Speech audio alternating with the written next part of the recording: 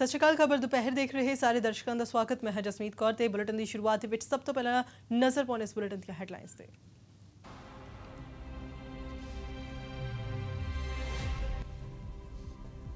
ਪੰਜਾਬ ਦੇ ਵਿੱਚ ਵੱਧ ਰਹੇ ਨੇ ਕਰੋਨਾ ਦੇ ਮਾਮਲੇ। ਲੁਧਿਆਣਾ ਦੇ ਵਿੱਚ 7 ਲੋਕਾਂ ਦੀ ਰਿਪੋਰਟ ਆਈ ਪੋਜ਼ਿਟਿਵ। ਪੀੜਤਾਂ ਦੇ ਵਿੱਚ 2 ਬੱਚੇ ਵੀ ਸ਼ਾਮਲ।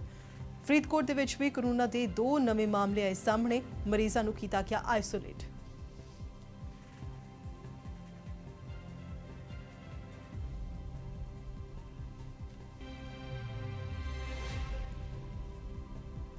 सूबे दे विच शर्तां सहित खुले होटल मॉल्स और रेस्टोरेंट। सोशल डिस्टेंसिंग और मास्क पहनना लाजमी। शॉपिंग मॉल्स दे विच टोकन एंट्री 15 जून नूं रियायतां ते दोबारा किया जाएगा विचार। सूबे दे विच अज तो सारे निजी और जनतक सेवा वाहनां नूं चलण दी है मंजूरी।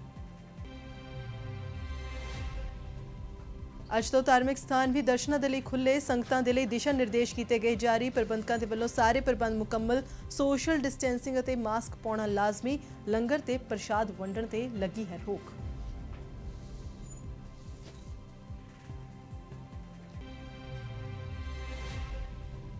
ਅੰਮ੍ਰਿਤਸਰ ਦੇ ਲੋਹਗੜ੍ਹ ਇਲਾਕੇ ਦੇ ਵਿੱਚ ਕਾਰ ਚਾਲਕ ਨੇ ਮਚਾਇਆ ਕਹਿਰ। ਨਸ਼ੇ ਦੇ ਵਿੱਚ ਝੁੱਗੀਆਂ ਦੇ ਵਿੱਚ ਵਾੜੀ ਕਾਰ। ਇੱਕ ਬੱਚੇ ਸਮੇਤ 3 ਲੋਕ ਹੋਏ ਜ਼ਖਮੀ।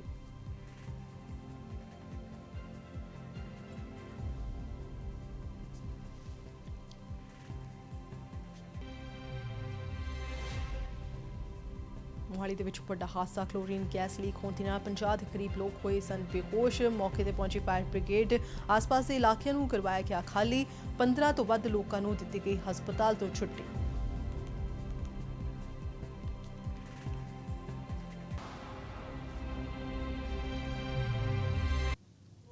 तो बुलेटिन का आगाज करते हैं तो गल करते हैं रियायतों की। दस दिए कि सरकारी हदायतों तो बाद अज सूबे के धार्मिक स्थान खुल गए हैं। मंदिर गुरुद्वारों के संगतां पहुंच रही हैं। करीब 2.5 महीने बाद धार्मिक स्थान खोलने से खुशी का माहौल भी देखने को मिल रहा है। बठिंडा की गल करिए तो इतिहासक गुरुद्वारा किला मुबारक साहिब के संगतां की रौनक लगी हुई है। उत्थे ही मुकेरियां के शीतला माता मंदिर के कपाट भी संगतां लई खोल दिए गए। तख्त श्री केसगढ़ साहिब की गल करिए इत्थे भी संगतां की आमद शुरू हो गई है। SGPC के वल्लों एंट्री गेट्स उत्ते सैनिटाइजर का प्रबंध किया गया। इस तो इलावा मोगा पटियाला दे विच भी शर्तां सहित धार्मिक स्थान खोले गए हैं। सो ਵੱਖ-ਵੱਖ स्थानों तो ये तस्वीरां ਵੱਖ-ਵੱਖ ਜ਼ਿਲ੍ਹਿਆਂ ਦੀਆਂ ਤਸਵੀਰਾਂ ਜਿਹੜੀ ਤੁਹਾਡੇ ਸਾਹਮਣੇ ਨੇ। ਅੱਜ ਤੋਂ ਮੰਦਿਰ ਗੁਰਦੁਆਰਾ ਸਾਹਿਬ ਮਸਜਿਦ ਅਤੇ ਗਿਰਜਾ ਘਰ ਖੋਲ੍ਹ ਦਿੱਤੇ ਗਏ ਨੇ ਅਤੇ ਇਸ ਦੌਰਾਨ ਪ੍ਰਬੰਧਕਾਂ ਨੂੰ ਖਾਸ ਧਿਆਨ ਰੱਖਣ ਦੀ ਹਦਾਇਤ ਕੀਤੀ ਗਈ ਹੈ। ਉੱਥੇ ਹੀ ਜੋ ਸੰਗਤਾਂ ਮੱਥਾ ਟੇਕਣ ਦੇ ਲਈ ਆ ਰਹੀਆਂ ਨੇ, ਨਤਮਸਤਕ ਹੋਣ ਦੇ ਲਈ ਆ ਰਹੀਆਂ ਨੇ, ਪ੍ਰਾਰਥਨਾ ਕਰਨ ਦੇ ਲਈ ਪਹੁੰਚ ਰਹੀਆਂ ਨੇ ਤਾਂ ਉਹਨਾਂ ਦੇ ਲਈ ਵੀ ਜਿਹੜੇ ਦਿਸ਼ਾ ਨਿਰਦੇਸ਼ ਜਾਰੀ ਕੀਤੇ ਗਏ ਨੇ। ਇਸ ਦੇ ਵਿੱਚ ਸੋਸ਼ਲ ਡਿਸਟੈਂਸਿੰਗ ਅਤੇ ਮਾਸਕ ਪਹਿਨਣਾ ਲਾਜ਼ਮੀ ਹੋਵੇਗਾ। ਇਸ ਤੋਂ ਇਲਾਵਾ ਤੁਸੀਂ ਆਪਣੇ ਹੱਥ ਪੂਰੀ ਤਰ੍ਹਾਂ ਸੈਨੀਟਾਈਜ਼ ਕਰਕੇ ਅੰਦਰ ਦਾਖਲ ਹੋਵੋਗੇ।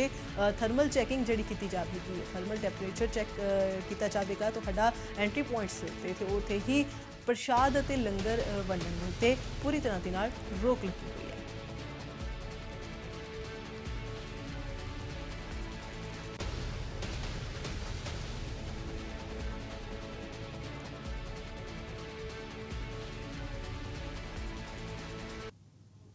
तो अनलॉक 1.0 की गल करिए तो अज तो शॉपिंग मॉल्स और रेस्टोरेंट खुल गए हैं। दस दिए कि इस दौरान 2 गज की दूरी लाजमी दसी गई है। तो नाल ही गल करिए टोकन लैके जी एंट्री की इजाजत होगी। टोकन एंट्री होगी। रेस्टोरेंट बैठने की मनाही कर दी गई है। इतने उत्थे जो गल करिए तो मॉल्स के बाहर थर्मल स्क्रीनिंग लाजमी है। लुधियाना की गल करिए तो लुधियाना भी वड्डे पद्धर ते इस दौरान चैकिंग की गई है। तो उत्थे ही थर्मल चैकिंग भी की जा रही है। उत्थे जलंधर की गल करिए तो जलंधर भी पूरी तरह की नाल जिहड़ी एहतियात वरती गई है। तो जलंधर तो मनदीप सिंह साडे सहयोगी पत्रकार ने, उन्होंने वालों खास रिपोर्ट तैयार की गई है। अज जो मॉल्स खुले ने उसनूं लैके आओ वेख लें ये रिपोर्ट।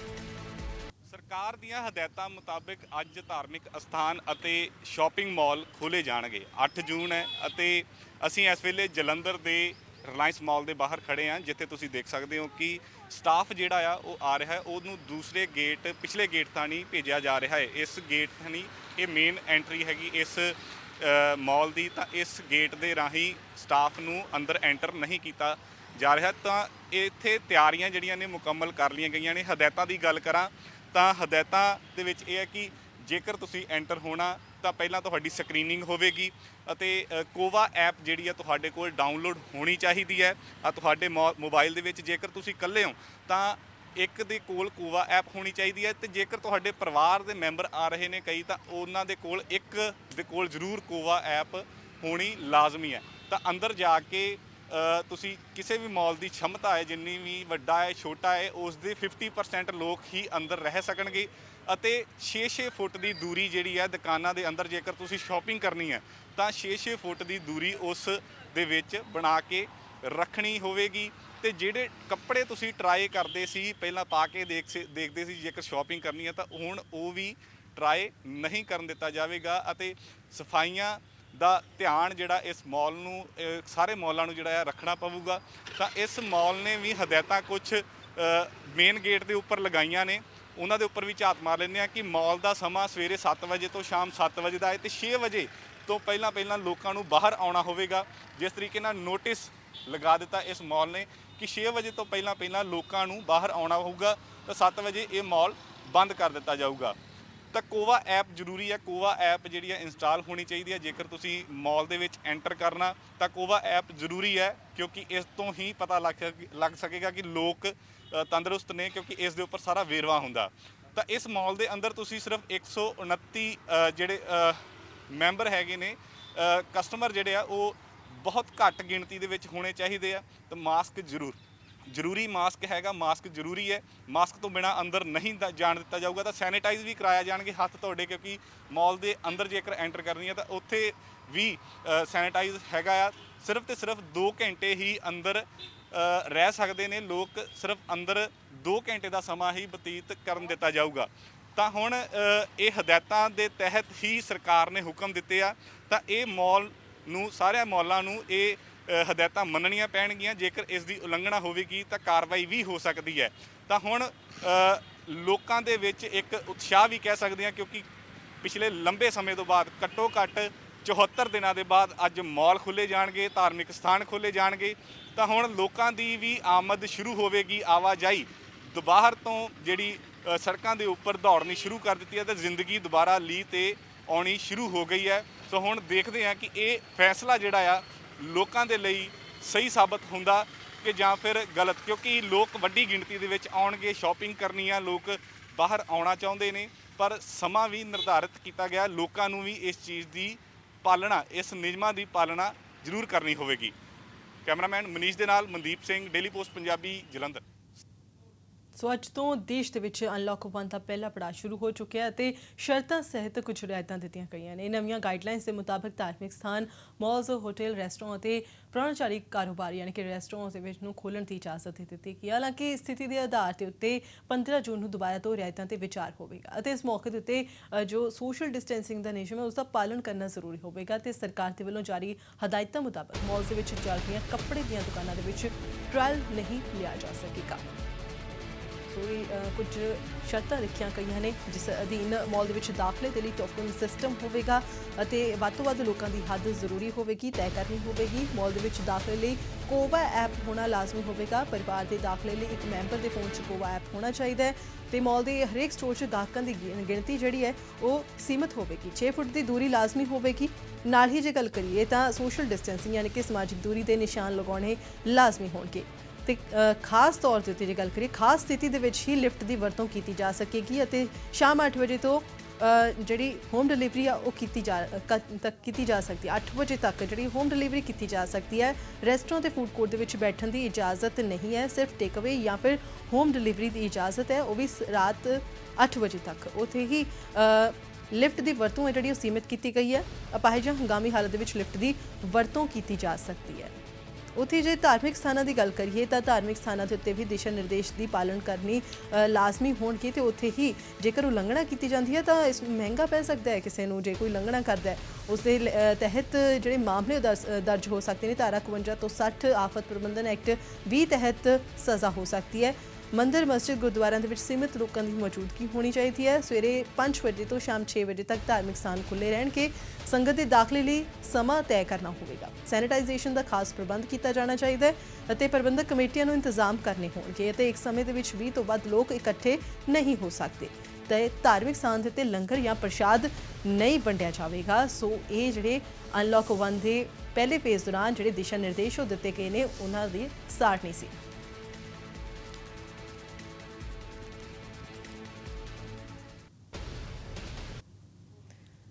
ਤੇ ਕਰੋਨਾ ਨਾਲ ਸੰਬੰਧਿਤ ਖਬਰਾਂ ਦਾ ਰੁਖ ਕਰਦੇ ਹਾਂ। ਲੁਧਿਆਣਾ ਜ਼ਿਲ੍ਹੇ ਦੀ ਗੱਲ ਕਰ ਰਹੇ ਹਾਂ। ਸਭ ਤੋਂ ਪਹਿਲਾਂ ਇੱਥੇ 7 ਕਰੋਨਾ ਦੇ ਨਵੇਂ ਮਾਮਲੇ ਸਾਹਮਣੇ ਆਏ ਨੇ। ਇੱਥੇ ਲੁਧਿਆਣਾ ਦੇ ਛਾਉਣੀ ਮੁਹੱਲੇ ਦੇ ਨਾਲ ਸੰਬੰਧਿਤ 40 ਸਾਲਾ ਮਹਿਲਾ ਜਿਹੜੀ ਡੀਐਮਸੀ ਦੇ ਵਿੱਚ ਹਸਪਤਾਲ ਦੇ ਲਈ ਭਰਤੀ ਹੈ। 35 ਸਾਲਾ ਔਰਤ ਦੀ ਰਿਪੋਰਟ ਪੋਜ਼ਿਟਿਵ ਆਈ ਹੈ।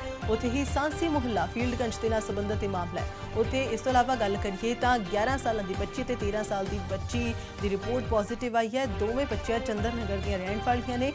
ਇਸ ਤੋਂ ਇਲਾਵਾ ਪਿੰਡ ਦਾਦ ਨਾਲ ਸੰਬੰਧਿਤ 48 ਸਾਲਾਂ ਦੀ ਇੱਕ ਮਹਿਲਾ, 44 ਸਾਲਾਂ ਦਾ ਵਿਅਕਤੀ ਜੋ ਕਿ ਖੰਨਾ ਨਾਲ ਸੰਬੰਧ ਰੱਖਦਾ ਹੈ, ਇੱਥੋਂ ਮਾਮਲਾ ਸਾਹਮਣੇ ਤੇ 40 ਸਾਲਾਂ ਦੀ ਮਹਿਲਾ ਦੀ ਰਿਪੋਰਟ ਪੋਜ਼ਿਟਿਵ ਆਈ ਹੈ। ਇਹ ਫਰੀਦਕੋਟ ਦੀ ਗੱਲ ਕਰ ਰਹੇ ਹਾਂ। ਇੱਥੇ 2 ਵਿਅਕਤੀਆਂ ਦੀ ਰਿਪੋਰਟ ਪੋਜ਼ਿਟਿਵ ਆਈ ਹੈ। ਦੋਵੇਂ ਪੀੜਤ ਮਰੀਜ਼ਾਂ ਨੂੰ ਹਸਪਤਾਲ ਦੇ ਵਿੱਚ ਆਈਸੋਲੇਟ ਕਰ ਦਿੱਤਾ ਗਿਆ। ਫਰੀਦਕੋਟ ਦੇ ਵਿੱਚ ਐਕਟਿਵ ਕੇਸਾਂ ਦੀ ਗਿਣਤੀ 12 ਹੋ ਗਈ ਹੈ।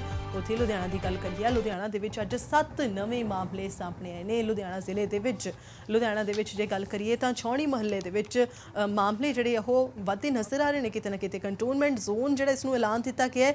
40 ਸਾਲਾ ਮਹਿਲਾ ਛਾਉਣੀ ਮੁਹੱਲੇ ਦੀ ਰਹਿਣ ਵਾਲੀ ਜਿਹੜੀ ਮਹਿਲਾ ਹੈ ਉਹ ਕੋਰੋਨਾ ਪੋਜ਼ਿਟਿਵ ਆਈ ਹੈ, ਡੀਐਮਸੀ ਹਸਪਤਾਲ 'ਚ ਭਰਤੀ ਹੈ। ਉੱਥੇ ਹੀ 35 ਸਾਲਾ ਔਰਤ ਦੀ ਰਿਪੋਰਟ ਪੋਜ਼ਿਟਿਵ ਪਾਈ ਗਈ ਹੈ, ਸਾਂਸੀ ਮੁਹੱਲਾ ਫੀਲਡਗੰਜ ਨਾਲ ਸੰਬੰਧਿਤ ਲੁਧਿਆਣਾ ਦੀ। ਇਸ ਤੋਂ ਇਲਾਵਾ 11 ਸਾਲ ਦੀ ਬੱਚੀ ਤੇ 13 ਸਾਲ ਦੀ ਬੱਚੀਆਂ ਦੀ ਰਿਪੋਰਟ ਜੋ ਕਿ ਦੋਵੇਂ ਚੰਦਰ ਨਗਰ ਦੀਆਂ ਰਹਿਣ ਵਾਲੀਆਂ ਨੇ ਅਤੇ ਪਿੰਡ ਦਾਦ ਜੋ ਕਿ ਪਖਵਾਲ ਰੋਡ ਤੇ ਪੈਂਦਾ, ਪਿੰਡ ਦਾਦ ਦੇ ਵਿੱਚ 48 ਸਾਲਾ ਇੱਕ ਮਹਿਲਾ ਦੀ ਰਿਪੋਰਟ ਵੀ ਪੋਜ਼ਿਟਿਵ ਆਈ ਹੈ। ਤੇ ਜ਼ਿਲ੍ਹਾ ਲੁਧਿਆਣਾ ਦੀ ਗੱਲ ਕਰੀਏ, ਖੰਨਾ ਦੇ ਵਿੱਚ 44 ਸਾਲਾਂ ਦੇ ਵਿਅਕਤੀ ਦੀ ਰਿਪੋਰਟ ਪੋਜ਼ਿਟਿਵ ਹੈ ਅਤੇ ਉੱਥੇ ਹੀ 40 ਸਾਲ ਦੀ ਮਹਿਲਾ ਦੀ ਰਿਪੋਰਟ ਵੀ ਪੋਜ਼ਿਟਿਵ ਆਈ ਹੈ। ਤੇ ਇਸ ਵਕਤ ਲੁਧਿਆਣਾ ਤੋਂ ਸਾਡੇ ਸਹਿਯੋਗੀ ਪੱਤਰਕਾਰ ਤਰਸੇਮ ਭਾਰਦਵਾਜ ਸਾਡੇ ਨਾਲ ਫੋਨ ਲਾਈਨ ਤੇ ਜੁੜੇ ਹੋਏ ਨੇ, ਜਾਣਕਾਰੀ ਹਾਸਲ ਕਰਦੇ ਹਾਂ। ਤਰਸੇਮ, ਲੁਧਿਆਣਾ ਦੇ ਵਿੱਚ ਕਿਤੇ ਨਾ ਕਿਤੇ ਹੁਣ ਮਾਮਲਿਆਂ ਦੇ ਵਿੱਚ ਇਜ਼ਾਫਾ ਦੇਖਣ ਨੂੰ ਮਿਲ ਰਿਹਾ ਹੈ, ਖਾਸ ਤੌਰ ਦੇ ਉੱਤੇ ਛਾਉਣੀ ਮੁਹੱਲਾ ਜੋ ਕਿ ਕੰਟੋਨਮੈਂਟ ਜ਼ੋਨ ਐਲਾਨ ਦਿੱਤਾ ਗਿਆ, ਉੱਥੇ ਵੀ ਮਾਮਲੇ ਵੱਧਦੇ ਨਜ਼ਰ ਆ ਰਹੇ ਨੇ। ਤਾਜ਼ਾ ਅਪਡੇਟ ਕੀ ਆ ਰਹੀ ਹੈ? ਬਿਲਕੁਲ ਜਸਮੀਤ, ਲੁਧਿਆਣਾ ਦੇ ਵਿੱਚ ਲਗਾਤਾਰ ਜਿਹੜੇ ਮਾਮਲੇ ਵੱਧਦੇ ਜਾ ਰਹੇ ਨੇ। ਕਰੋਨਾ ਦਾ ਕਰੂਪ ਲੁਧਿਆਣਾ ਦੇ ਵਿੱਚ ਛਾਇਆ ਹੋਇਆ ਹੈਗਾ। ਲਗਾਤਾਰ ਰੋਜ਼ਾਨਾ ਅੰਕੜੇ ਆ ਰਹੇ ਨੇ, ਕਦੇ 10, ਕਦੇ 12, ਕਦੇ 6, ਕਦੇ 7। ਜੇਕਰ ਗੱਲ ਕਰੀਏ ਕਿਤੇ ਨਾ ਕਿਤੇ ਇਹ ਲੁਧਿਆਣਾ ਦੇ ਲੋਕਾਂ ਦੀ ਅਣਗਹਿਲੀ ਵੀ ਕਵਾਂਗੇ, ਜਿਹੜਾ ਇਸ ਟਾਈਮ ਸੋਸ਼ਲ ਡਿਸਟੈਂਸਿੰਗ ਨਹੀਂ ਵਰਤ ਰਹੇ ਹੈਗੇ, ਮਾਸਕ ਨਹੀਂ ਪਾ ਰਹੇ ਹੈਗੇ। ਜੇਕਰ ਕੋਈ ਬੰਦਾ ਪੀੜਤ ਆ ਜਾਂ ਕਿਸੇ ਪੀੜਤ ਦੇ ਸੰਪਰਕ ਵਿੱਚ ਆਇਆ, ਉਹ ਲੋਕ ਨਹੀਂ ਦੱਸ ਰਹੇ ਵੀ ਅਸੀਂ ਉਹਨਾਂ ਦੇ ਸੰਪਰਕ 'ਚ ਆਏ। ਉਹ ਲਗਾਤਾਰ ਆਪਣਾ ਜਿਹੜਾ ਕੰਮ ਕਰ ਰਹੇ ਨੇ, ਲਗਾਤਾਰ ਸਮਾਜਿਕ ਦਾਇਰੇ ਦੇ ਵਿੱਚ ਘੁੰਮ ਰਹੇ ਨੇ, ਲਗਾਤਾਰ ਉਸ ਕਰਕੇ ਜਿਹੜਾ ਲਗਾਤਾਰ ਮਾਮਲੇ ਵੱਧ ਰਹੇ ਨੇ। ਲੁਧਿਆਣਾ ਦੇ ਵਿੱਚ 20 ਜਿਹੜੇ ਸੈਂਪਲ ਲੈ ਗਏ ਸੀ, ਦੇਰ ਰਾਤ ਜਿਹੜੀਆਂ ਰਿਪੋਰਟਾਂ ਆਈਆਂ ਨੇ ਉਹਦੇ ਵਿੱਚ ਪੋਜ਼ਿਟਿਵ 7 ਕੇਸ ਸਾਹਮਣੇ ਆ ਚੁੱਕੇ ਨੇ। ਇਹ 12 ਨੈਗੇਟਿਵ ਨੇ, 20 ਦੇ ਵਿੱਚੋਂ ਇੱਕ ਦਾ ਦੁਬਾਰਾ ਜਿਹੜਾ ਟੈਸਟ ਭੇਜਿਆ ਗਿਆ ਹੈਗਾ। ਛਾਉਣੀ ਮੁਹੱਲੇ ਦੇ ਵਿੱਚ 40 ਸਾਲਾ ਇੱਕ ਔਰਤ ਆ ਜਿਹੜੀ ਕਿ ਕਿਸੇ ਦੇ ਕੰਟੈਕਟ ਦੇ ਵਿੱਚ ਆਈ ਸੀ ਡੀਐਮਸੀ ਦੇ ਐਡਮਿਟ ਪੇਸ਼ੈਂਟ ਦੇ ਵਿੱਚ। ਉਸ ਤੋਂ ਬਾਅਦ 35 ਸਾਲ ਦੀ ਇੱਕ ਜਿਹੜੀ ਔਰਤ ਆ ਫੀਲਡਗੰਜ ਦੀ, 11 ਸਾਲ ਦਾ ਬੱਚਾ, 13 ਸਾਲ ਦਾ ਬੱਚਾ, ਆ ਜਿਹੜੇ ਚੰਦਰ ਨਗਰ ਨਾਲ ਸੰਬੰਧਿਤ ਨੇ। ਤੇ ਕੁਝ ਜਿਹੜੇ ਡੀਐਮਸੀ ਦੇ ਵਿੱਚ ਐਡਮਿਟ ਪੇਸ਼ੈਂਟ ਦੇ ਕੰਟੈਕਟ 'ਚ ਆਏ ਸੀ। 48 ਸਾਲ ਦੀ ਔਰਤ ਆ ਦਾਦ ਪਿੰਡ ਦੀ, ਤੇ 44 ਸਾਲ ਦੀ ਇੱਕ ਔਰਤ ਹੈਗੀ ਆ ਜਿਹੜੀ ਖੰਨਾ ਦੇ ਰਹਿਣੇ ਵਾਲੀ ਆ, ਡਾਕਟਰ ਦੇ ਸੰਪਰਕ ਵਿੱਚ ਆਈ ਸੀ। 40 ਸਾਲ ਦੀ ਹੈਗੀ ਅੰਬਾਲਾ ਦੇ ਵਿੱਚ ਜਿਹੜੀ ਸਿਸਟਰ ਉਹਦੀ ਪੇਸ਼ੈਂਟ ਸੀ, ਉਹਨੂੰ ਮਿਲਣ ਆਈ ਸੀ, ਉਹ ਪੇਸ਼ੈਂਟ ਹੈਗਾ। ਤਕਰੀਬਨ ਜਿੰਨੇ ਵੀ ਹੁਣ ਤੱਕ ਕੇਸ ਸਾਹਮਣੇ ਆ ਰਹੇ ਨੇ, ਸੰਪਰਕ ਦੇ ਵਿੱਚ ਆਉਣ ਵਾਲੇ ਦੇ ਆ ਰਹੇ ਨੇ। ਜਿਹੜਾ ਡਾਕਟਰ ਜੋੜਾ ਖੰਨੇ ਦਾ ਪੋਜ਼ਿਟਿਵ ਆਇਆ ਜੀ, ਪਹਿਲਾਂ ਉਹਨਾਂ ਦਾ ਬੱਚਾ, ਉਸ ਤੋਂ ਬਾਅਦ ਉਹ ਜਦੋਂ ਆਪਣੀ ਪ੍ਰੈਕਟਿਸ ਕਰ ਰਿਹਾ ਜੀ ਖੰਨੇ ਦੇ ਵਿੱਚ, ਇਸੇ ਦੌਰਾਨ ਉਹਨਾਂ ਦੇ ਸੰਪਰਕ ਵਿੱਚ ਆਉਣ ਵਾਲੇ ਕਾਫੀ ਬੰਦੇ ਜਿਹੜੇ ਨੇ, ਤਕਰੀਬਨ ਜਿਨ੍ਹਾਂ ਦੇ ਸੈਂਪਲ ਲੈ ਜਾ ਰਹੇ ਨੇ, ਤਕਰੀਬਨ ਕਾਫੀ ਬੰਦੇ ਪੋਜ਼ਿਟਿਵ ਆ ਰਹੇ ਨੇ। ਹੁਣ ਜੋ ਵੀ ਉਹਨਾਂ ਦੇ ਵਿੱਚ ਸੰਪਰਕ 'ਚ ਆਏ ਨੇ, ਹੈਲਥ ਪ੍ਰੋਟੋਕਾਲ ਦੇ ਮੁਤਾਬਕ ਉਹਨਾਂ ਨੂੰ ਜਿਹੜਾ ਆਈਸੋਲੇਟ ਵੀ ਕੀਤਾ ਜਾ ਰਿਹਾ, ਉਹਨਾਂ ਦੀਆਂ ਲਿਸਟਾਂ ਬਣਾਈਆਂ ਜਾ ਰਹੀਆਂ। ਕਈਆਂ ਨੂੰ ਘਰ ਦੇ ਵਿੱਚ ਇਕਾਂਤਵਾਸ ਵਿੱਚ ਭੇਜਿਆ ਗਿਆ ਹੈਗਾ ਤਾਂ ਜੋ ਇਸ ਨੂੰ ਲਗਾਤਾਰ ਜਿਹੜਾ ਵੱਧ ਰਿਹਾ ਹੈਗਾ ਕਰੋਨਾ ਦਾ ਕਹਿਰ, ਉਹਨੂੰ ਰੋਕਿਆ ਜਾ ਸਕੇ। ਸੋ ਲਗਾਤਾਰ ਸਿਹਤ ਵਿਭਾਗ ਵੱਲੋਂ ਵੀ ਅਪੀਲ ਹੈ, ਜੇਕਰ ਕਿਸੇ ਨੂੰ ਕੋਈ ਪ੍ਰੋਬਲਮ ਆ, ਜੇਕਰ ਕੋਈ ਕਿਸੇ ਇਹ ਕਰੋਨਾ ਦੇ ਪੇਸ਼ੈਂਟ ਦੇ ਕੰਟੈਕਟ ਦੇ ਵਿੱਚ ਆਇਆ ਤਾਂ ਤੁਰੰਤ ਸਿਵਲ ਹਸਪੀਟਲ ਦੇ ਵਿੱਚ ਜਾਂ ਸੰਬੰਧਿਤ ਸਿਹਤ ਵਿਭਾਗ ਨੂੰ ਜਿਹੜਾ ਹੈਗਾ ਕੰਟੈਕਟ ਕਰੇ ਤਾਂ ਜੋ ਉਸ ਨੂੰ ਵਧਣ ਤੋਂ ਰੋਕਿਆ ਜਾ ਸਕੇ। ਅਦਰਵਾਈਜ਼ ਲਗਾਤਾਰ ਪੇਸ਼ੈਂਟਾਂ ਦੀ ਗਿਣਤੀ ਲਗਾਤਾਰ ਵੱਧਦੀ ਜਾ ਰਹੀ ਹੈ। ਬਿਲਕੁਲ, ਜਿਸ ਤਰ੍ਹਾਂ ਦੇ ਨਾਲ ਛਾਉਣੀ ਮੁਹੱਲਾ ਤੇ ਸਾਂਸੀ ਮੁਹੱਲਾ ਫੀਲਡਗੰਜ ਦੀ ਗੱਲ ਕਰੀਏ, ਕਾਫੀ ਕੰਜਸਟਡ ਏਰੀਆਜ਼ ਨੇ, ਤਾਂ ਇਹਨਾਂ ਦੇ ਵਿੱਚ ਕਿਸ ਤਰ੍ਹਾਂ ਦੇ ਨਾਲ ਹੁਣ ਜਿਹੜਾ ਕਰੋਨਾ ਦਾ ਫੈਲਾਅ ਉਹ ਰੋਕਿਆ ਜਾ ਸਕਦਾ ਹੈ? ਕਿਉਂਕਿ ਜਿਸ ਤਰ੍ਹਾਂ ਅਸੀਂ ਦੇਖ ਸਕਦੇ ਚੰਡੀਗੜ੍ਹ ਦੀ ਬਾਪੂ ਧਾਮ ਕਲੋਨੀ, ਉਹ ਵੀ ਇਸੇ ਤਰ੍ਹਾਂ ਦਾ ਏਰੀਆ ਜਿੱਥੇ ਬਹੁਤ ਸਾਰੇ ਲੋਕ ਜਿਹੜੇ ਇਨਫੈਕਟ ਹੋ ਗਏ ਨੇ, ਤਾਂ ਹੁਣ ਇੱਥੇ ਕਿਸ ਤਰ੍ਹਾਂ ਦੇ ਨਾਲ ਪ੍ਰਸ਼ਾਸਨ ਕਾਬੂ ਪਾਵੇਗਾ? ਜਿਸਮੀ ਸਭ ਤੋਂ ਵੱਡੀ ਗੱਲ ਹੈ, ਹੁਣ ਪ੍ਰਸ਼ਾਸਨ ਨਹੀਂ, ਖੁਦ ਲੋਕਾਂ ਨੂੰ ਸਮਝਣਾ ਪਊਗਾ, ਲੋਕਾਂ ਨੂੰ ਸਾਵਧਾਨੀ ਵਰਤਣੀ ਪਊਗੀ। ਲੋਕ ਮਜ਼ਾਕ ਦੇ ਵਿੱਚ ਲੈ ਰਹੇ ਨੇ ਗੱਲ, ਲੇਕਿਨ ਲਗਾਤਾਰ ਜਿਸ ਤਰ੍ਹਾਂ ਨਾਲ ਸਾਡੇ ਅੰਕੜੇ ਵੱਧਦੇ ਜਾ ਰਹੇ ਨੇ, ਕਿਤੇ ਨਾ ਕਿਤੇ ਇਸ ਦਾ ਖਮਿਆਜ਼ਾ ਸਾਨੂੰ ਭੁਗਤਣਾ ਪੈ ਸਕਦਾ ਹੈਗਾ। ਸਾਨੂੰ ਆਪ ਸਾਵਧਾਨੀ ਵਰਤਣੀ ਪਊ। ਪ੍ਰਸ਼ਾਸਨ ਸਿਰਫ ਇੱਕ ਕਾਨੂੰਨ ਬਣਾ ਕੇ ਲਾਗੂ ਕਰ ਸਕਦਾ, ਉਹਨੂੰ ਗਰਾਊਂਡ ਲੈਵਲ ਤੇ ਜਿਸ ਤਰ੍ਹਾਂ ਨਾਲ ਭੀੜੀਆਂ ਗਲੀਆਂ ਨੇ, ਜੇਕਰ ਤੁਸੀਂ ਜਿਵੇਂ ਇਸਲਾਮਗੰਜ ਦਾ ਏਰੀਆ, ਹਬੀਬਗੰਜ ਜਾਂ ਫਰੀਦਗੰਜ ਜਾਂ ਸ਼ੌਣੀ ਮੱਲਾ, ਘਰ ਘਰ ਦੇ ਵਿੱਚ ਜਾ ਕੇ ਪ੍ਰਸ਼ਾਸਨ ਇਹਨੂੰ ਲਾਗੂ ਨਹੀਂ ਕਰਾ ਸਕਦਾ। ਲੋਕਾਂ ਨੂੰ ਆਪ ਸਮਝਣਾ ਪਊਗਾ। ਪ੍ਰਸ਼ਾਸਨ ਦੇ ਤੇ ਸਾਰੀਆਂ ਗੱਲਾਂ ਸਿੱਟ ਕੇ ਜੇਕਰ ਅਸੀਂ ਕਰੋਨਾ ਤੋਂ ਬਚ ਸਕਦੇ ਹੋਈਏ ਤਾਂ ਹਰ ਬੰਦਾ ਪ੍ਰਸ਼ਾਸਨ ਤੇ ਸਿੱਟਦਾ, ਪ੍ਰਸ਼ਾਸਨ ਦੇ ਨਹੀਂ, ਲੋਕ ਆਪ ਸਮਝਣ। ਲੋਕ ਸਰਕਾਰ ਨੇ ਢਿੱਲ ਦਿੱਤੀ ਆ, ਜੇਕਰ ਉੱਤੇ ਢਿੱਲ ਦਿੱਤੀ ਆ, ਲੋਕ ਸਾਵਧਾਨੀ ਵਰਤਣ, ਨਹੀਂ ਕਿਤੇ ਵੀ ਸਾਵਧਾਨੀ ਨਹੀਂ ਬਿਲਕੁਲ ਸਾਵਧਾਨੀ ਨਹੀਂ ਵਰਤੀ ਜਾ ਰਹੀ। ਜਿਸ ਤਰ੍ਹਾਂ ਦੁਕਾਨਾਂ ਦੇ ਵਿੱਚ 5 ਬੰਦੇ ਖੜਨੇ ਨੇ, ਲੇਕਿਨ ਦੁਕਾਨਾਂ ਦੇ ਵਿੱਚ 50-50 ਬੰਦੇ ਖੜੇ ਨੇ, ਲੇਕਿਨ ਕਿਤੇ ਵੀ ਜਿਹੜਾ ਕੰਟਰੋਲ ਹੀ, ਲੋਕਾਂ ਨੂੰ ਆਪਣਾ ਆਪ ਬਚਾਓ ਕਰਨਾ ਪਊਗਾ। ਪ੍ਰਸ਼ਾਸਨ ਤੇ ਜਾਂ ਸਿਹਤ ਵਿਭਾਗ ਤੇ ਗੱਲ ਸੁੱਟ ਕੇ ਅਸੀਂ ਆਪਣਾ ਬਚਾਅ ਨਹੀਂ ਕਰ ਸਕਦੇ। ਤੁਸੀਂ ਬਾਹਰ ਮਾਰਕੀਟ ਦੇ ਵਿੱਚ, ਫੀਲਡ ਦੇ ਵਿੱਚ ਦੇਖੋ ਕੀ ਹਾਲਤ ਨੇ। ਇਹ ਜਿਹੜੇ ਕਿ ਆਉਣ ਵਾਲੇ ਸਮੇਂ ਦੇ ਵਿੱਚ ਬਿਮਾਰੀ ਨੂੰ ਅਸੀਂ ਆਪ ਸੱਦਾ ਦੇ ਰਹੇ ਹਾਂ, ਚਾਹੇ ਸਿਵਲ ਹਸਪੀਟਲ ਦੇ ਵਿੱਚ ਜਿਹੜੇ ਕਰੋਨਾ ਟੈਸਟ ਕਰਾਉਣ ਆਏ ਨੇ, ਚਾਹੇ ਸਬਜ਼ੀ ਮੰਡੀ ਦੇ ਵਿੱਚ, ਕਿਤੇ ਵੀ ਹਾਲਤ ਵੱਧ ਤੋਂ ਬੱਤਰ ਹੁੰਦੇ ਜਾ ਰਹੇ ਨੇ। ਲੋਕਾਂ ਨੂੰ ਆਪ ਸਮਝਣਾ ਚਾਹੀਦਾ। ਇਹ ਲੜਾਈ ਆਪ ਲੜਨੀ ਪੈਣੀ ਹੈ, ਨਾ ਕਿਸੇ ਪ੍ਰਸ਼ਾਸਨ ਨੇ ਲੜਨੀ ਹੈ, ਨਾ ਕਿਸੇ ਸਰਕਾਰ ਨੇ ਲੜਨੀ। ਬਿਲਕੁਲ ਤਰਸੇਮ, ਬਹੁਤ ਸ਼ੁਕਰੀਆ तमाम ਜਾਣਕਾਰੀ ਦੇ ਲਈ। ਤੇ ਬਹੁਤ ਇੱਕ ਦਰੁਸਤ ਉਹਨਾਂ ਦੇ ਵੱਲੋਂ ਇਹ ਅਪੀਲ ਕੀਤੀ ਗਈ ਆ ਲੋਕਾਂ ਨੂੰ ਕਿ ਆਪਣੀ ਸੁਰੱਖਿਆ ਖੁਦ ਕਰੋ। ਹੁਣ ਇਸ ਵਕਤ ਜਿਹੜੇ ਹਾਲਾਤ ਨੇ, ਜਿੱਥੇ ਲੋਕ ਜਦੋਂ ਲੋਕਡਾਊਨ ਕੀਤਾ ਹੋਇਆ ਸੀ ਤਾਂ ਲੋਕ ਘਰੋਂ ਤੋਂ ਬਾਹਰ ਨਿਕਲਣ ਨੂੰ ਫਿਰ ਰਹੇ ਸਨ, ਤੇ ਹੁਣ ਜਦੋਂ ਥੋੜੀ ਢਿੱਲ ਦਿੱਤੀ ਗਈ ਹੈ ਤਾਂ ਲੋਕ ਘਰੋਂ ਤੋਂ ਬਾਹਰ ਹੀ ਰਹਿ ਰਹੇ ਨੇ। ਤਾਂ ਉਹਨਾਂ ਨੂੰ ਇਸ ਚੀਜ਼ ਸੋਚਣ ਦੀ ਜ਼ਰੂਰਤ ਹੈ ਕਿ ਲੋਕਡਾਊਨ ਜਿਹੜਾ ਹੋਇਆ ਉਹਨਾਂ ਦੇ ਲਈ ਹੋਇਆ ਸੀ, ਤੇ ਜੇ ਹੁਣ ਵੀ ਪ੍ਰਸ਼ਾਸਨ ਦੇ ਵੱਲੋਂ, ਸਰਕਾਰ ਦੇ ਵੱਲੋਂ ਜੇ ਥੋੜੀ ਬਹੁਤ ਢਿੱਲ ਦਿੱਤੀ ਗਈ ਹੈ ਤਾਂ ਉਸ ਦਾ ਨਾਜਾਇਜ਼ ਫਾਇਦਾ ਨਾ ਚੁੱਕਿਆ ਜਾਵੇ, ਕਿਉਂਕਿ ਇਸ ਦਾ ਨੁਕਸਾਨ ਹੋ ਸਕਦਾ ਹੈ। ਫਿਲਹਾਲ ਅਗਲੀ ਖਬਰ ਦੇ ਵੱਲ ਰੁਕ ਕਰਦੇ ਹਾਂ। ਮੋਹਾਲੀ ਦਾ ਰੁਕ ਕਰਾਂਗੇ, ਜਿੱਥੇ ਪਿੰਡ ਬਲੌਂਗੀ ਦੇ ਵਿੱਚ ਅੱਜ ਬੇਹੱਦ ਵੱਡਾ ਹਾਦਸਾ ਹੋਣੋਂ ਟਲਦਾ ਰਹਿ ਗਿਆ। ਦੱਸਦੀਏ ਕਿ ਕਲੋਰੀਨ ਗੈਸ ਦਾ ਸਿਲੰਡਰ ਇੱਥੇ ਲੀਕ ਹੋ ਗਿਆ ਅਤੇ ਗੈਸ ਲੀਕ ਹੋਣ ਦੇ ਕਰਕੇ 50 ਤੋਂ ਵੱਧ ਵਿਅਕਤੀਆਂ ਦੀ ਹਾਲਤ ਖਰਾਬ ਹੋ ਗਈ ਹੈ, ਜਿਨ੍ਹਾਂ ਨੂੰ ਤੁਰੰਤ ਹਸਪਤਾਲ ਭਰਤੀ ਕਰਵਾਇਆ ਗਿਆ। ਇਹਨਾਂ ਦੇ ਵਿੱਚੋਂ ਕਈ ਲੋਕਾਂ ਨੂੰ ਅੱਜ ਸਵੇਰੇ ਹਸਪਤਾਲ ਤੋਂ ਛੁੱਟੀ ਦੇ ਦਿੱਤੀ ਗਈ ਹੈ। ਜਾਣਕਾਰੀ ਮੁਤਾਬਕ ਸਿਲੰਡਰ ਲੀਕ ਹੋਇਆ ਸੀ, ਉਸ ਦੇ ਆਸ-ਪਾਸ ਅੱਧਾ ਬਲੌਂਗੀ ਜਿਹੜਾ ਖਾਲੀ ਕਰਵਾ ਲਿਆ ਗਿਆ ਤੇ ਮੌਕੇ ਤੇ ਫਾਇਰ ਬ੍ਰਿਗੇਡ ਦੀਆਂ 4 ਤੋਂ 5 ਗੱਡੀਆਂ ਪਹੁੰਚੀਆਂ ਅਤੇ ਫਾਇਰ ਬ੍ਰਿਗੇਡ ਦੀ ਟੀਮ ਨੇ ਲੋਕਾਂ ਨੂੰ ਉੱਥੋਂ ਬਾਹਰ ਕੱਢਿਆ ਅਤੇ ਸਿਲੰਡਰ ਨੂੰ ਖਾਲੀ ਕਰਕੇ ਮੈਦਾਨ ਦੇ ਵਿੱਚ ਰੱਖਿਆ। ਇਸ ਤੋਂ ਇਲਾਵਾ ਦੱਸਿਆ ਜਾ ਰਿਹਾ ਹੈ ਕਿ ਸਿਲੰਡਰ ਕਰੀਬ 10 ਸਾਲ ਪੁਰਾਣਾ ਸੀ ਅਤੇ ਪਾਣੀ ਵਾਲੇ ਟੈਂਕ ਦੇ ਵਿੱਚ ਪਾਣੀ ਦੀ ਸਫਾਈ ਲਈ ਇਹ ਰੱਖਿਆ ਹੋਇਆ ਸੀ ਅਤੇ ਰਾਤ ਨੂੰ ਇਹ ਲੀਕ ਹੋ ਗਿਆ, ਜਿਸ ਵਜ੍ਹਾ ਦੇ ਨਾਲ ਸਾਰਾ ਹਾਦਸਾ ਵਾਪਰ ਗਿਆ। ਗਨੀਮਤ ਰਹੀ, ਵੱਡਾ ਨੁਕਸਾਨ ਨਹੀਂ ਹੋਇਆ। दिक्कत यही है जो सांस नहीं धरा जा रहा है, बहुत खांसी कर रहा है, वो दम नहीं धरा जा रहा है। और कितनी देर होगी ये गैस सिलेंडर फटे को, जो पानी वाला जो वो तो 6 बजे से हो कर रहा था, 6:30 बजे से। मगर हम लोग अभी निकल कर, जब ज्यादा हो गया तो मैं भागी थी। हम लोग सोचे जो ऐसे दवाई छिटाया हुआ। अच्छा, कितनी देर होगी आपको यहाँ बैठे को? हमारा तो आधा घंटा हो गया। आधा घंटा हो गया। अभी तक अंदर जाने का कोई पसीदा, कोई माहौल ठीक नहीं हुआ जी? कोई नहीं है अभी। ਭਾਜੀ ਜਿਹੜੀ ਲੀਕ ਹੋਈ ਹੈ ਅਨਮੋਨੀਅਮ ਕਲੋਨੀਅਮ, ਇਹ ਕਿਹਦੇ ਵਿੱਚ, ਟੈਂਕੀ ਦੇ ਵਿੱਚ ਪਈ ਸੀ? ਤੇ ਕਿੱਦਾਂ ਲੀਕ ਕਿੱਦਾਂ ਹੋਈ ਹੈ? ਇਹ ਸਿਲੰਡਰ ਪੁਰਾਣਾ ਹੋਣ ਕਰਕੇ ਗਲ ਗਿਆ ਪਤਾ। ਜਿਹੜਾ ਸਿਲੰਡਰ ਹੈ ਉਹ ਤੇ ਕਰੋਨਾ ਨਾਲ ਸੰਬੰਧਿਤ ਇੱਕ ਵੱਡੀ ਖਬਰ, ਜਲਾਲਾਬਾਦ BSF ਦੀ 124 ਬਟਾਲੀਅਨ ਦਾ ਜਵਾਨ ਕਰੋਨਾ ਪੋਜ਼ਿਟਿਵ ਪਾਇਆ ਗਿਆ ਹੈ। ਇੱਕ ਬੇਹੱਦ ਚਿੰਤਾ ਵਾਲਾ ਵਿਸ਼ਾ। ਅਹਿਮਦਾਬਾਦ ਗੁਜਰਾਤ ਤੋਂ ਇਹ ਬਟਾਲੀਅਨ ਦੇ ਕੁਝ ਮੈਂਬਰ ਵਾਪਸ ਪਰਤੇ ਸਨ, ਜਿਨ੍ਹਾਂ ਦੇ ਵਿੱਚੋਂ ਹੁਣ ਇੱਕ ਜਵਾਨ ਦੀ ਰਿਪੋਰਟ ਪੋਜ਼ਿਟਿਵ ਆ ਗਈ ਹੈ ਅਤੇ ਅੱਜ ਇਸ ਪੋਜ਼ਿਟਿਵ ਕੇਸ ਦੇ ਨਾਲ ਕੁੱਲ ਕੇਸਾਂ ਦੀ ਗਿਣਤੀ ਹੁਣ 6 ਹੋ ਗਈ ਹੈ। ਉੱਥੇ ਜਲਾਲਾਬਾਦ BSF ਦੀ 124 ਬਟਾਲੀਅਨ ਦਾ ਜਵਾਨ ਕਰੋਨਾ ਪੋਜ਼ਿਟਿਵ ਪਾਇਆ ਗਿਆ ਹੈ ਤੇ ਇੱਥੇ ਦੱਸ ਦਈਏ ਕਿ ਅਹਿਮਦਾਬਾਦ ਗੁਜਰਾਤ ਤੋਂ ਇਹ ਬਟਾਲੀਅਨ ਦੇ ਕੁਝ ਮੈਂਬਰ ਵਾਪਸ ਪਰਤੇ ਸਨ, ਜਿਨ੍ਹਾਂ ਦੇ ਵਿੱਚੋਂ ਇੱਕ ਦੀ ਰਿਪੋਰਟ ਪੋਜ਼ਿਟਿਵ ਆਈ ਹੈ ਤੇ ਹੁਣ ਇੱਥੇ ਕੁੱਲ ਕੇਸ ਦੀ ਗੱਲ ਕਰੀਏ, ਕੁੱਲ ਕੇਸਾਂ ਦੀ ਗਿਣਤੀ ਹੁਣ 6 ਹੋ ਗਈ ਹੈ।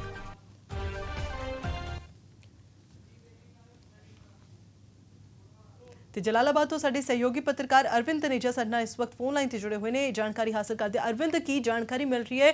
ਇੱਕ ਜਵਾਨ ਜਿਹੜਾ ਪੋਜ਼ਿਟਿਵ ਪਾਇਆ ਗਿਆ ਤੇ ਬਹੁਤ ਚਿੰਤਾ ਵਾਲਾ ਵਿਸ਼ਾ ਕਹਿ ਸਕਦੇ ਹਾਂ, ਕਿਉਂਕਿ ਫੌਜ ਦੇ ਵਿੱਚ ਜਦੋਂ ਇਸ ਤਰ੍ਹਾਂ ਦੇ ਮਾਮਲੇ ਸਾਹਮਣੇ ਆਉਂਦੇ ਨੇ ਤਾਂ ਕਿਤੇ ਨਾ ਕਿਤੇ ਜਿਹੜੀ ਚਿੰਤਾ ਹੋਰ ਵੱਧ ਜਾਂਦੀ ਹੈ।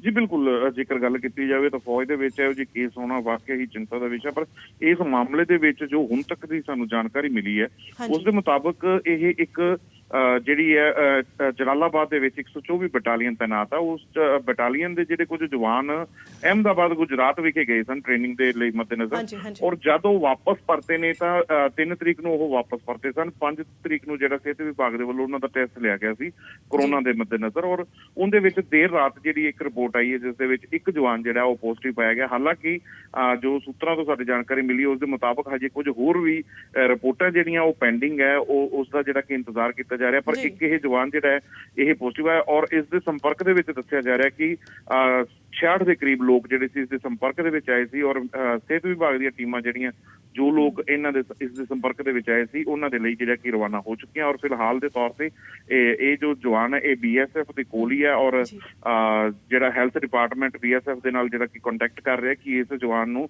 BSF ਵਾਲੇ ਹੀ ਆਪਣੇ ਕੋਲ ਜਿਹੜਾ ਇੰਸੂਲੇਟ ਕਰਨਗੇ ਜਾਂ ਫਿਰ ਇਸ ਨੂੰ ਸਿਵਲ ਹਸਪੀਟਲ ਜਲਾਲਾਬਾਦ ਦੇ ਵਿੱਚ ਇੰਸੂਲੇਟ ਅਰਵਿੰਦ, ਬਿਲਕੁਲ ਜਿਸ ਤਰ੍ਹਾਂ ਦੇ ਨਾਲ ਦੱਸਿਆ ਜਾ ਰਿਹਾ ਕਿ ਅਹਿਮਦਾਬਾਦ ਤੋਂ ਇਹ ਜਵਾਨ ਪਰਤੇ ਸਨ ਤਾਂ ਕਿਤੇ ਇਹ ਲੋੜ ਨਹੀਂ ਮਹਿਸੂਸ ਹੋ ਰਹੀ ਕਿ ਜਦੋਂ ਕੋਈ ਬਾਹਰੋਂ ਵਿਅਕਤੀ ਜਦੋਂ ਫਿਰ ਦੁਬਾਰਾ ਤੋਂ ਕਿਸੇ ਜਗ੍ਹਾ ਦੇ ਉੱਤੇ ਪਰਤਦਾ ਜਾਂ ਫਿਰ ਇੱਥੋਂ ਕਿਤੋਂ ਬਾਹਰ ਜਾਂਦਾ ਤਾਂ ਉਸ ਨੂੰ ਘੱਟੋ ਘੱਟ 7 ਦਿਨ ਦੇ ਲਈ ਉਹਨੂੰ ਕੁਆਰੰਟਾਈਨ ਰਹਿਣਾ ਚਾਹੀਦਾ ਵਾ, ਤਾਂ ਕਿਉਂ ਇਸ ਚੀਜ਼ ਦਾ ਧਿਆਨ ਕਿਉਂ ਨਹੀਂ ਰੱਖਿਆ ਜਾ ਰਿਹਾ? ਜੀ ਬਿਲਕੁਲ, ਇਹ ਜ਼ਰੂਰੀ ਹੈ ਕਿ ਜਦੋਂ ਵੀ ਕੋਈ ਬਾਹਰੋਂ ਵਾਪਸ ਪਰਤਦਾ ਹੈ ਤਾਂ ਉਸ ਨੂੰ ਜਿਹੜਾ ਕਿ ਕੁਆਰੰਟਾਈਨ ਕਰਨਾ ਚਾਹੀਦਾ। ਪਰ ਇੱਥੇ BSF ਦੇ ਜਿਹੜੇ ਰੂਲਸ ਹੈਗੇ ਆ ਉਹ ਇਹਨਾਂ ਦੇ ਆਪਣੇ ਰੂਲ ਹੈ ਔਰ ਜੋ BSF ਦੀ ਬਾਉਂਡਰੀ ਲਾਈਨ ਆ ਉਸ ਦੇ ਅੰਦਰ ਜਿਹੜਾ ਕਿ ਕਿਸੇ ਨੂੰ ਐਂਟਰੀ ਨਹੀਂ ਕੀਤੀ ਨਾ, ਅੰਦਰ ਦੇ ਜਿਹੜੇ ਰੂਲ ਐਂਡ ਰੈਗੂਲੇਸ਼ਨ ਹੈ ਉਹ ਇਹਨਾਂ ਦੇ ਆਪਣੇ ਰੂਲ ਹੈ। ਉਸ ਦੇ ਵਿੱਚ ਜਿਹੜਾ ਕਿ ਸਿਵਲ ਪ੍ਰਸ਼ਾਸਨ ਕੋਈ ਵੀ ਇੰਟਰਫੇਰੈਂਸ ਨਹੀਂ ਕਰ ਸਕਦਾ ਔਰ BSF ਦੇ ਆਪਣੇ ਹੀ ਡਾਕਟਰ ਹੈ ਅੰਦਰ ਜਿਹੜੇ ਕਿ ਸਾਰਾ ਕੁਝ ਇਹ ਡਿਸਾਈਡ ਕਰਦੇ ਆ ਕਿ ਕਿਸ ਤਰ੍ਹਾਂ ਦੇ ਨਾਲ ਜਿਹੜੀ ਹੈ ਸੈਂਪਲਿੰਗ ਲਈ ਜਾਏਗੀ ਜਾਂ ਕਿਸ ਤਰ੍ਹਾਂ ਦੇ ਨਾਲ ਇਕਾਂਤਵਾਸ ਦੇ ਵਿੱਚ ਕਿੰਨੇ ਦਿਨਾਂ ਦੇ ਲਈ ਰੱਖਿਆ ਜਾਏਗਾ। ਤਾਂ ਇਸ ਦੀ ਜੋ ਜਾਣਕਾਰੀ ਆ ਉਹ ਪੂਰਨ ਤੌਰ ਤੇ ਨਿਕਲ ਕੇ ਜਿਹੜੀ ਸਾਹਮਣੇ ਨਹੀਂ ਆਉਂਦੀ, ਪਰ ਫਿਰ ਵੀ ਕਿਤੇ ਨਾ ਕਿਤੇ ਜੋ ਲੋਕ ਬਾਹਰੋਂ ਆਉਂਦੇ ਆ ਚਾਹੇ ਉਹ ਟ੍ਰੇਨਿੰਗ ਲਈ ਗਏ ਆ ਚਾਹੇ ਕਿੱਦਾਂ ਵੀ ਗਏ ਆ ਉਹਨਾਂ ਨੂੰ ਇਕਾਂਤਵਾਸ ਰੱਖਣਾ ਜਿਹੜਾ ਕਿ ਜ਼ਰੂਰੀ ਹੈ ਕਿਉਂਕਿ ਇਸ ਦੇ ਨਾਲ ਹੀ ਜਿਹੜਾ ਬਚਾਅ ਕੀਤਾ ਜਾ ਸਕਦਾ। ਜੀ ਅਰਵਿੰਦ, ਬਹੁਤ ਬਹੁਤ ਸ਼ੁਕਰੀਆ ਤੇ ਨਜ਼ਰ ਬਣਾਏ ਰੱਖੋ। ਹਜੇ ਰਿਪੋਰਟਸ ਜਿਸ ਤਰ੍ਹਾਂ ਸਾਡੇ ਸਹਿਯੋਗੀ ਜਾਣਕਾਰੀ ਦੇ ਰਹੇ ਨੇ ਕਿ ਕੁਝ ਰਿਪੋਰਟਸ ਹਜੇ ਆਉਣੀਆਂ ਬਾਕੀ ਨੇ। ਫਿਲਹਾਲ ਇੱਕ ਰਿਪੋਰਟ ਜਿਹੜੀ ਆਈ ਹੈ ਉਹ ਪੋਜ਼ਿਟਿਵ ਆਈ ਹੈ ਤਾਂ ਚਿੰਤਾ ਵਾਲਾ ਵਿਸ਼ਾ।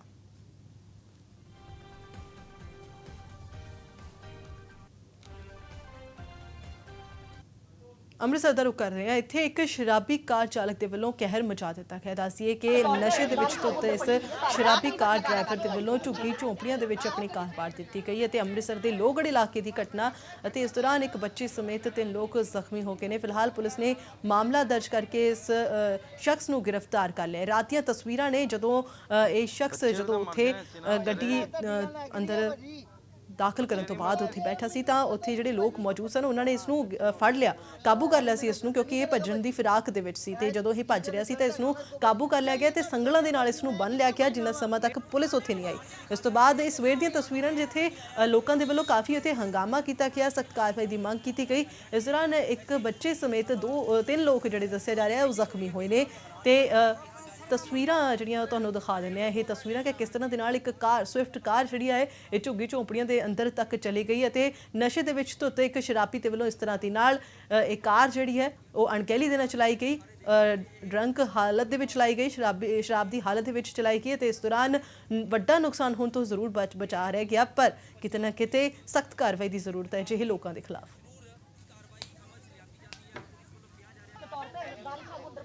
ਤੇ ਪੇਸ਼ ਹੈ ਇਸ ਨੂੰ ਲੈ ਕੇ ਸਾਡੇ ਸਹਿਯੋਗੀ ਪੱਤਰਕਾਰ ਸੁਖਚੈਨ ਸਾਗਰ ਦੀ ਰਿਪੋਰਟ। ਅੰਮ੍ਰਿਤਸਰ ਦੇ ਲੋਹਗੜ੍ਹ ਪੁਲ ਦੇ ਉੱਤੇ ਝੁੱਗੀ ਝੌਂਪੜੀਆਂ ਦੇ ਵਿੱਚ ਇੱਕ ਵੱਡਾ ਹਾਦਸਾ ਹੋਇਆ। ਤਸਵੀਰਾਂ ਤੁਹਾਨੂੰ ਦਿਖਾ ਦਿੰਦੇ ਕਿ ਹਾਦਸਾ ਕੀ ਹੋਇਆ। ਇੱਕ ਚੱਲਦੀ ਗੱਡੀ ਇੱਕ ਨੌਜਵਾਨ ਨੇ ਸਿੱਧੀ ਝੁੱਗੀਆਂ ਦੇ ਵਿੱਚ ਹੀ ਵਾਰ ਦਿੱਤੀ ਆ। ਵੱਡਾ ਨੁਕਸਾਨ ਜਿਹੜਾ ਸੀ ਕਹਾਂਗੇ ਕਿ ਬਹੁਤ ਵੱਡਾ ਨੁਕਸਾਨ, ਜਾਨਾਂ ਵੀ ਜਾ ਸਕਦੀਆਂ ਸਨ। ਕਿਸ ਤਰੀਕੇ ਦੇ ਨਾਲ ਕਿੱਡੇ ਬੁਰੇ ਤਰੀਕੇ ਦੇ ਨਾਲ ਇਹ ਗੱਡੀ ਜਿਹੜੀ ਤੁਸੀਂ ਦੇਖ ਸਕਦੇ ਜੀ ਕਿ ਵਿੱਚ ਇਹਨਾਂ ਝੁੱਗੀਆਂ ਦੇ ਵਿੱਚ ਠੁੱਕੀ ਹੋਈ ਆ। ਇੱਟਾਂ ਦੀ ਝੁੱਗੀਆਂ ਜਿਹੜੀਆਂ ਨੇ ਇਹ ਬਣੀਆਂ ਹੋਈਆਂ ਨੇ ਜਿਹੜੀਆਂ ਕਿ ਬਿਲਕੁਲ ਅਸੀਂ ਕਹਿ ਸਕਦੇ ਕਿ ਚਕਨਾਚੂਰ ਹੋ ਚੁੱਕੀਆਂ ਨੇ। ਗੱਡੀ ਦੇ ਹਾਲਾਤ ਤੁਸੀਂ ਦੇਖ ਸਕਦੇ ਕਿ ਗੱਡੀ ਦੇ ਹਾਲਾਤ ਕੀ ਨੇ। ਉਧਰ ਦੀ ਉਹ ਵੀ ਤਸਵੀਰਾਂ ਜਿਹੜੀਆਂ ਤੁਹਾਨੂੰ ਦਿਖਾਵਾਂਗੇ ਕਿ ਕਿਸ ਤਰੀਕੇ ਦੇ ਨਾਲ ਹਾਲਾਤ ਜਿਹੜੇ ਆ ਉੱਥੇ ਬਣੇ ਹੋਏ ਨੇ। ਤਸਵੀਰਾਂ ਦੇਖ ਕੇ ਹੈਰਾਨਗੀ ਹੁੰਦੀ ਹੈ ਕਿ ਜੇਕਰ ਕਿਸੇ ਦੀ ਇੱਥੇ ਮੌਤ ਵੀ ਹੋ ਸਕਦੀ ਸੀ, ਪਰ ਸਾਰੇ ਜ਼ਖਮੀ ਕਾਫੀ ਲੋਕ ਜ਼ਖਮੀ ਇੱਥੇ ਜ਼ਰੂਰ ਹੋਏ ਨੇ। ਕੌਣ ਸੀ, ਕਿਸ ਤਰ੍ਹਾਂ ਸੀ, ਪੁਲਿਸ ਨੇ ਕਾਰਵਾਈ ਕੀ ਕੀਤੀ ਹੈ ਉਹ ਵੀ ਅਸੀਂ ਗੱਲਬਾਤ ਕਰਨ ਦੀ ਜ਼ਰੂਰ ਕੋਸ਼ਿਸ਼ ਕਰਾਂਗੇ। ਸੋ ਅਸੀਂ ਅੰਦਰ ਜਾ ਕੇ ਦੇਖਦੇ ਹਾਂ ਤੁਹਾਨੂੰ ਕਿ ਹਾਲਾਤ ਅੰਦਰ ਦੇ ਕਿਸ ਤਰ੍ਹਾਂ ਦੇ ਦੇ ਵਿੱਚ ਕਾਰਵਾਈ ਕੀ ਕੀਤੀ ਗਈ ਹੈ, ਪੁਲਿਸ ਵੱਲੋਂ ਕਾਰਵਾਈ ਕੀ ਕੀਤੀ ਗਈ ਹੈ ਇਹ ਦੇਖਣ ਵਾਲੀ ਗੱਲ ਹੋਏਗੀ। ਪਰ ਇੱਕ ਬਹੁਤ ਵੱਡਾ ਹਾਦਸਾ ਅਸੀਂ ਦੇਖ ਸਕਦੇ ਕਿ ਇਹ ਬਿਲਕੁਲ ਦੀਵਾਰਾਂ ਜਿਹੜੀਆਂ ਨੇ ਟੁੱਟ ਚੁੱਕੀਆਂ ਨੇ। ਅੰਦਰ ਦੇ ਹਾਲਾਤ ਤੁਸੀਂ ਦੇਖ ਸਕਦੇ ਜੇ ਕਿ ਇਹ ਸਿਰਫ ਕਿਸੇ ਨੌਜਵਾਨ ਨੇ ਕਿਹਾ ਜਾ ਰਿਹਾ ਕਿ ਸ਼ਰਾਬ ਪੀਤੀ ਵਿੱਚ ਗੱਡੀ ਉੱਤੇ ਚੜਾਤੀ। ਬੜੀ ਹੈਰਾਨਗੀ ਦੀ ਗੱਲ ਹੈ ਕਿ ਕਿਸ ਤਰ੍ਹਾਂ ਦੇ ਬੇਪਰਵਾਹ ਲੋਕ ਨੇ ਜਿਹੜੇ ਕਿ ਉਹਨਾਂ ਨੂੰ ਇਹ ਵੀ ਨਹੀਂ ਨਜ਼ਰ ਆਉਂਦਾ ਕਿ ਸੜਕ ਵੀ ਨਹੀਂ ਹੈਗੀ। ਬਿਲਕੁਲ ਇਹ ਸੜਕ ਵੀ ਨਹੀਂ ਹੈਗੀ, ਇਹ ਸਿਰਫ ਘੁਮਾ ਕੇ ਗੱਡੀ ਜਿਹੜੀ ਆ ਕਿ ਅੰਦਰ ਇਹਨਾਂ ਦੀ ਝੁੱਗੀਆਂ ਚੜਾ ਦਿੱਤੀ ਗਈ ਆ। ਇੱਕ ਕਾਫੀ ਵੱਡਾ ਨੁਕਸਾਨ ਹੋ ਸਕਦਾ ਸੀ। ਕੀ ਹੋਇਆ ਸੀ? ਸਰ ਜੀ 12:30 ਦਾ ਟਾਈਮ ਸੀ ਰਾਤ ਦਾ। ਐਨੀ ਭਾਰੀ ਮੌਕਾ ਦਿਖਾਇਆ ਤੇ ਮੇਰਾ ਜੀਜਾ ਤੇ ਮੇਰੇ ਉਹ ਜਿਹੜੇ ਭਾਂਜੇ ਭਤੀਜੇ ਆ 5-7 ਜ਼ਖਮੀ ਆ ਤੇ ਹਸਪੀਟਲ ਦੇ ਵਿੱਚ ਸਾਹਿਬ ਜੀ ਦਾਖਲ ਆ ਤੇ ਸਾਡੀ ਮੀਡੀਆ ਅੱਗੇ ਇਹੀ ਅਰਦਾਸ ਹੈ ਕਿ ਸਰ ਇਨਸਾਫ ਚਾਹੀਦਾ ਬਸ ਬਿਲਕੁਲ ਬਿਲਕੁਲ ਇਨਸਾਫ ਜ਼ਰੂਰ ਮਿਲੇਗਾ। ਟੋਟਲ ਕਿੰਨੇ 5-7 ਜਣੇ ਜ਼ਖਮੀ ਹੋਏ ਨੇ? ਹਾਂ ਸਰ 5-7 ਤੇ ਉਹ ਜਿਹੜਾ ਕਿੰਨੇ ਜਣੇ ਸੀ ਗੱਡੀ ਦੇ ਵਿੱਚ ਜਦੋਂ ਵੱਜੀ? ਉਹ ਇੱਕ ਜਣਾ ਸੀ ਕੱਲਾ ਮੁੰਡਾ ਹੀ ਸੀ ਸਰ। ਕੀ ਉਹਨੇ ਨਸ਼ਾ ਕੀਤਾ ਸੀ? ਹਾਂਜੀ ਸਰ ਦਾਰੂ ਪੀਤੀ ਰਹੀ ਸੀ ਸਰ। ਹਾਂਜੀ ਪੇਟੀਆਂ ਵੀ ਪਈਆਂ ਦੀਆਂ ਸੀ ਸਰ ਸ਼ਰਾਬ ਦੀਆਂ ਪੁਲਿਸ ਵਾਲੇ ਲੈ ਗਏ ਰਾਤੀ ਸਰ। ਅੰਕਲ ਰੋਟੀ ਖਾਣ ਵਾਲੇ ਆ ਉਹ ਵਿਚਾਰੇ ਦਿਹਾੜੀਆਂ ਕਰਦੇ ਨੇ ਦੋ ਪਿਓ ਪੁੱਤੋਂ ਤਾਂ ਦਿਨਾਂ ਤੇ ਪੈ ਗਏ ਰੰਨ ਤਾਂ ਕੋ ਸਾਹ ਹੀ ਆ ਜੀ। ਆ ਵੇਖੋ ਬੱਚੇ ਦੀ ਬਾਂਹ ਟੁੱਟ ਗਈ ਆ। ਬਾਕੀ ਜਿਹੜੇ ਜ਼ਿਆਦਾ ਸੀਰੀਅਸ ਨੇ ਉਹਨਾਂ ਨੂੰ ਹਸਪਤਾਲ ਦੇ ਵਿੱਚ ਦਾਖਲ ਕਰਵਾਇਆ ਗਿਆ ਪਰ ਇਹ ਬੱਚਾ ਤੁਸੀਂ ਦੇਖ ਸਕਦੇ ਦੀ ਬਾਂਹ ਟੁੱਟੀ ਹੋਈ ਹੈ। ਬੇਟਾ ਕੀ ਹੋਇਆ ਸੀ? ਕੀ ਨਾਮ ਬੇਟਾ? ਅਮਨ ਕੀ ਹੋਇਆ ਸੀ? ਮੈਂ ਸੁੱਤਾ ਦਾ ਸੀ ਰਾਤੀ ਗੱਡੀ ਲੈ ਗਿਆ ਹੈ ਗੱਡੀ ਠੋਕ ਦਿੱਤੀ ਤੇ ਇੱਟ ਵੱਜ ਗਈ ਮੇਰੀ ਬਾਂਹ ਤੇ ਬਾਂਹ ਟੁੱਟ ਗਈ। ਸਾਰੇ ਬਾਹਰ ਬਿਲਕੁਲ ਕੋ ਪਲਸਤਰ ਲੱਗੀ ਜੇ ਨਹੀਂ ਤੇ ਮੁਲਾਜ਼ਾ ਕੀਤਾ ਜਾਵੇ ਜਨਾਬ ਹੁਣੇ ਕਰਾ ਕੇ ਲਿਆਣੀ ਹੈ। ਬਿਲਕੁਲ ਹੱਡੀ ਕਰੈਕ ਦੱਸੀ ਹੈ ਬਾਂਹ ਟੁੱਟਣ ਵਾਲਾ ਇੱਕ ਹੋਰ ਖਬਰ ਦੇ ਬਾਰੇ ਰੁਕ ਕਰਨ ਜਾ ਰਹੀ ਹਾਂ। ਨਵਾਂ ਸ਼ਹਿਰ ਦੇ ਵਿੱਚ 3 ਕਰੋਨਾ ਪੋਜ਼ਿਟਿਵ ਮਾਮਲੇ ਸਾਹਮਣੇ ਆ ਕੇ ਨੇ ਸੋ ਗਿਣਤੀ ਵੱਧਦੀ ਨਜ਼ਰ ਆ ਰਹੀ ਹੈ। ਕਿਲਾ ਮੁਹੱਲਾ ਇੱਥੇ 32 ਸਾਲਾ ਨੌਜਵਾਨ ਦੀ ਰਿਪੋਰਟ ਪੋਜ਼ਿਟਿਵ ਆਈ ਹੈ। ਉੱਥੇ ਦੂਜਾ ਮਾਮਲਾ ਪਿੰਡ ਗੋਲੂ ਮਾਜਰਾ ਦੇ ਨਾਲ ਸੰਬੰਧਿਤ ਦੱਸਿਆ ਜਾ ਰਿਹਾ ਹੈ ਜਿੱਥੇ ਕਿ ਕਰੋਨਾ ਪੋਜ਼ਿਟਿਵ ਪਾਇਆ ਗਿਆ। ਦਿੱਲੀ ਤੋਂ ਭਰਤੀ ਹੋਈ ਇੱਕ ਮਹਿਲਾ ਦੀ ਰਿਪੋਰਟ ਪੋਜ਼ਿਟਿਵ ਪਾਈ ਗਈ ਹੈ। ਸੋ ਕਿਤੇ ਨਾ ਕਿਤੇ ਹੁਣ ਮਾਮਲੇ ਵੱਧਦੇ ਨਜ਼ਰ ਆ ਰਹੇ ਨੇ। ਜਿਸ ਤਰ੍ਹਾਂ ਦੇਸ਼ ਦੇ ਵਿੱਚ ਅਨਲੌਕ 1 ਦਾ ਪਹਿਲਾ ਪੜਾਅ ਸ਼ੁਰੂ ਹੋਇਆ ਪਰ ਹੁਣ ਉੱਥੇ ਹੀ ਜਿਹੜੇ ਮਾਮਲੇ ਉਹਨਾਂ ਦੀ ਗਿਣਤੀ ਵੱਧਦੀ ਨਜ਼ਰ ਆ ਰਹੀ ਹੈ। ਨਵਾਂ ਸ਼ਹਿਰ ਦੇ ਵਿੱਚ 3 ਕਰੋਨਾ ਪੋਜ਼ਿਟਿਵ ਕੇਸ ਆਏ ਨੇ। ਉੱਥੇ ਹੀ ਕਿਲਾ ਮੁਹੱਲਾ ਦੇ ਵਿੱਚ 32 ਸਾਲਾ ਨੌਜਵਾਨ ਦੀ ਰਿਪੋਰਟ ਪੋਜ਼ਿਟਿਵ ਆਈ ਹੈ। ਜੇ ਗੱਲ ਕਰੀਏ ਤਾਂ ਇਸ ਤੋਂ ਇਲਾਵਾ ਦੂਜਾ ਮਾਮਲਾ ਪਿੰਡ ਗੋਲੂ ਮਾਜਰਾ ਨਾਲ ਸੰਬੰਧਿਤ ਹੈ ਜਿੱਥੇ ਇੱਕ ਮਹਿਲਾ ਜੋ ਕਿ ਦਿੱਲੀ ਤੋਂ ਭਰਤੀ ਸੀ ਉਸ ਦੀ ਰਿਪੋਰਟ ਪੋਜ਼ਿਟਿਵ ਆਈ।